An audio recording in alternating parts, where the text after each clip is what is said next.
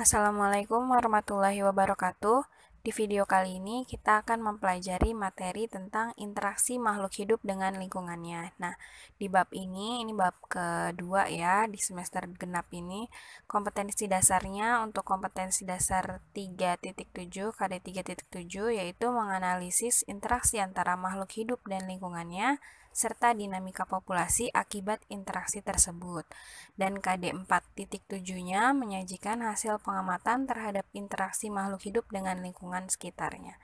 Jadi ini yang ingin kita capai di bab interaksi makhluk hidup dengan lingkungannya.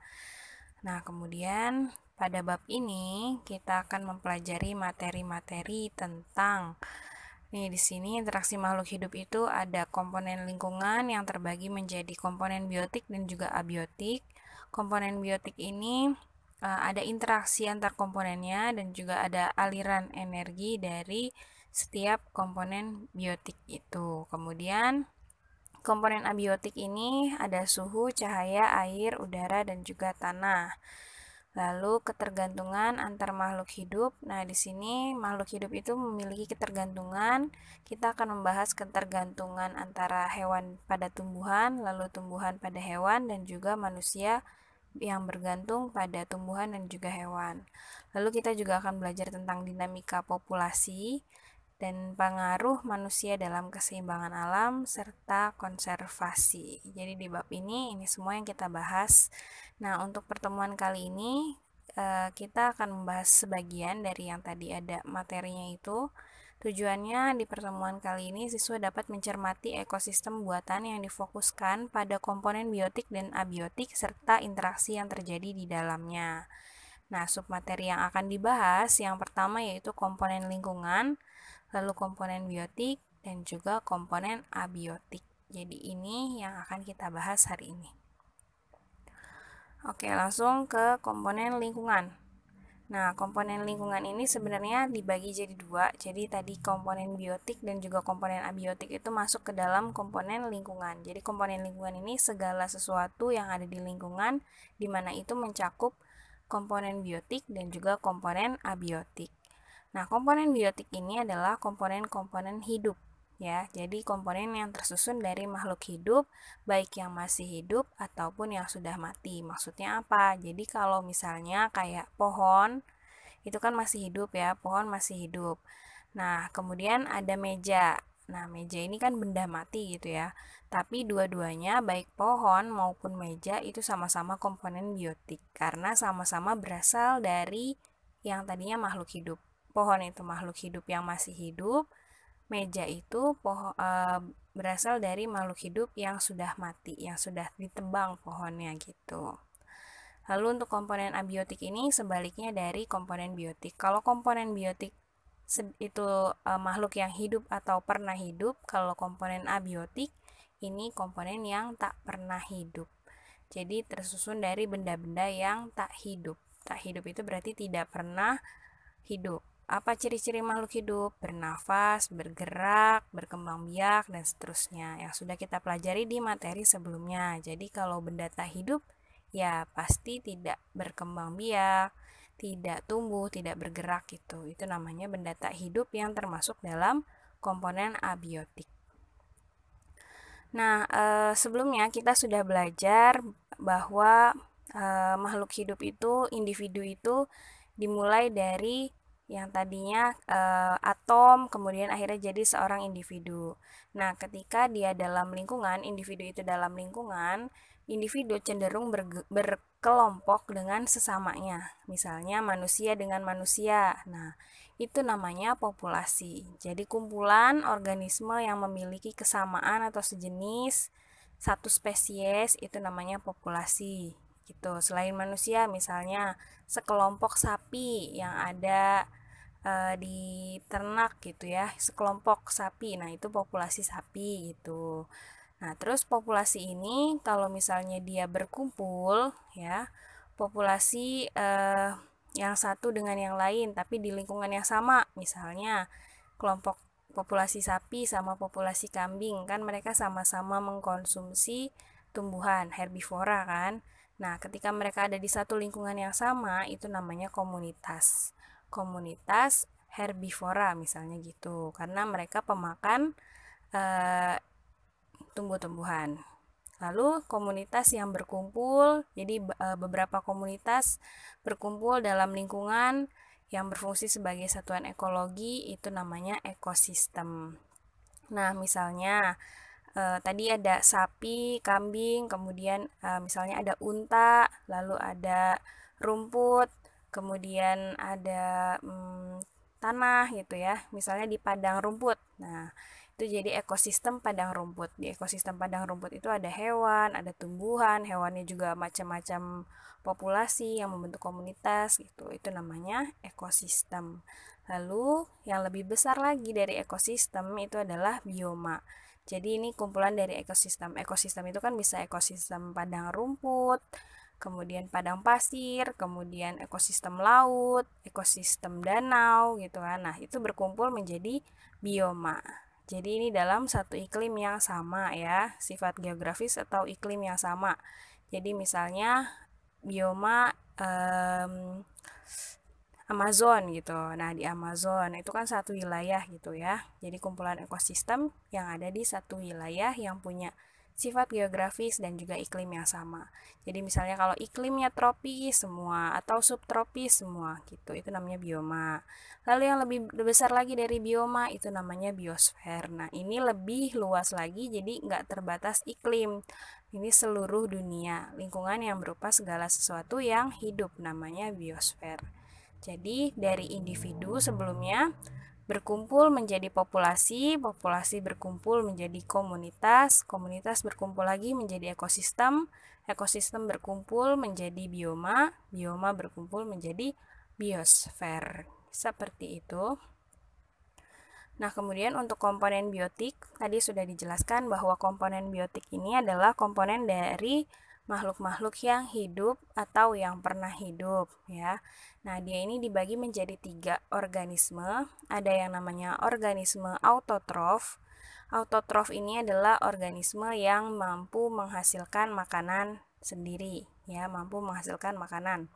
Kemudian ada organisme heterotrof atau organisme yang tidak mampu menghasilkan makanan, jadi dia mengkonsumsi dari organisme autotrof. Dan satu lagi mikroorganisme yang nanti dia berperan sebagai pengurai. Untuk organisme autotrof ini kita sebut sebagai produsen. Jadi ini adalah keluarga tumbuh-tumbuhan. Nah, di sini produsen, kenapa dia namanya produsen? Karena dia yang menghasilkan makanan sendiri. Jadi dia bisa menghasilkan makanan untuk dirinya sendiri dan bisa menjadi sumber makanan. Jadi namanya produsen. Yang termasuk dalam produsen adalah tumbuh-tumbuhan. Lalu organisme heterotrof. Nah, kalau ini namanya konsumen. Jadi dia mengkonsumsi dari produsen. Pertama ya, konsumen pertama itu mengkonsumsi dari produsen, kemudian selanjutnya konsumen yang berikutnya makan dari hewan yang mengkonsumsi produsen, dan seterusnya sampai tingkatan energi tertentu nanti dijelasin. Konsumen ini dibagi jadi 3, jadi ada herbivora, omnivora, dan juga karnivora. Herbivora ini yang langsung makan dari produsen, jadi dia langsung mengkonsumsi produsen, mengkonsumsi tumbuh-tumbuhan ya, hewan yang mengkonsumsi tumbuh-tumbuhan. Kemudian ada omnivora, ini mengkonsumsi daging, makan daging dan juga tumbuhan. Jadi dia juga makan dari produsen, dia juga makan dari sesamanya hewan yang herbivore atau mungkin yang omnivore juga. Kalau karnivora ini pemakan daging, jadi dia makan dari hewan yang lain, dari konsumen yang lain. Apakah itu herbivora, apakah itu omnivora atau karnivora juga gitu. Kemudian mikroorganisme ini tadi adalah pengurai yang termasuk jadi namanya decomposer ya. Pengurai itu kalau tumbuhan kita sebutnya produsen, hewan-hewan yang baik yang mengkonsumsi tumbuhan atau yang mengkonsumsi daging namanya konsumen, kemudian pengurai itu namanya decomposer. Nah, komponen biotik ini memiliki interaksi yang sangat erat yang membentuk rantai makanan. Jadi, setiap dari komponen biotik ini, baik produsen, konsumen, maupun dekomposer, mereka ini membentuk interaksi yang namanya rantai makanan. Rantai makanan itu adalah peristiwa yang memperlihatkan sebuah rantai yang memperlihatkan peristiwa makan dan dimakan. Jadi ada yang makan, ada yang dimakan, gitu ya. Nah, kemudian rantai makanan ini bentuknya ada dua. Ada yang dalam bentuk jaring-jaring makanan, ada juga yang bentuknya itu piramida makanan. Apa bedanya? Kalau jaring-jaring makanan ini menunjukkan susunan dari komponen biotiknya, mana yang produsen, mana yang konsumen, konsumennya konsumen 1, konsumen 2, dan seterusnya sampai ke dekomposer.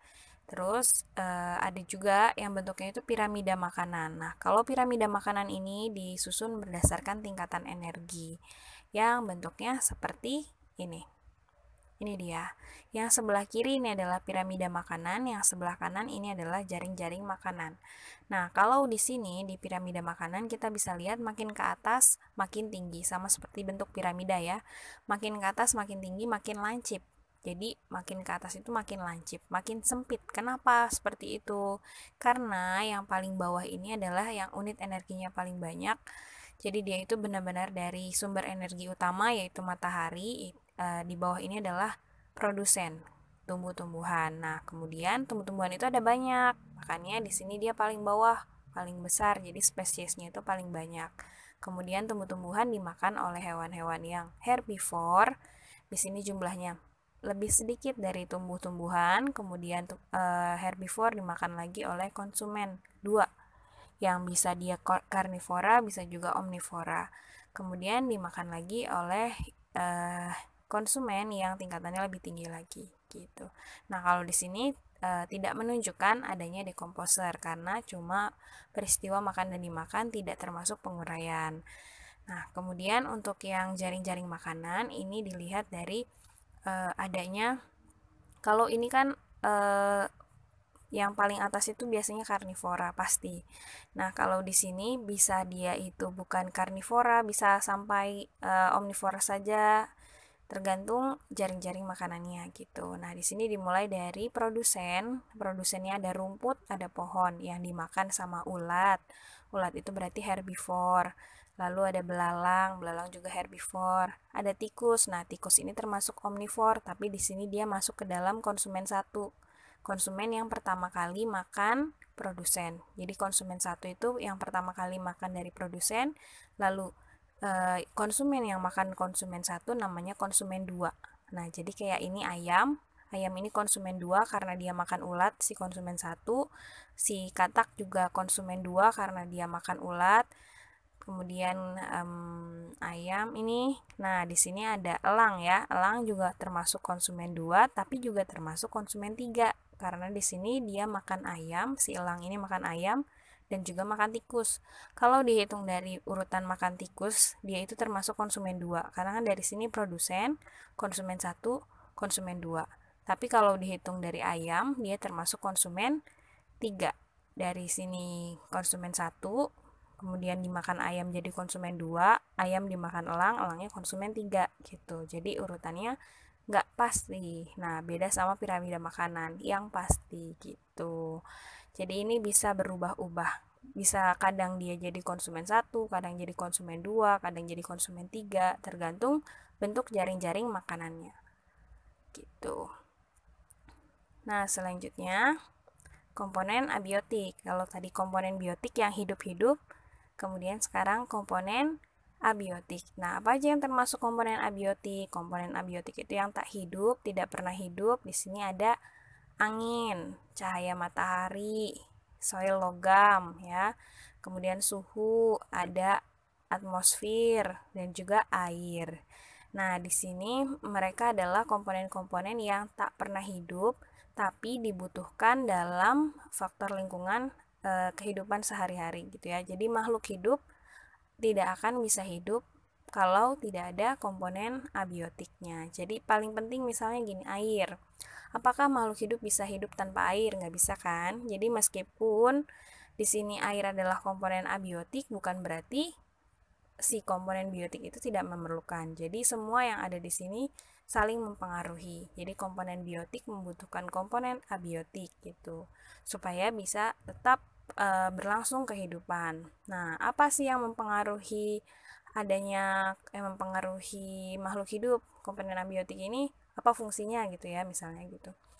Nah, jadi dalam ekosistem ini kan ada makhluk hidup yang dia itu hidupnya di air, ada yang hidupnya di darat. Nah, jadi si air ini berperan dalam itu.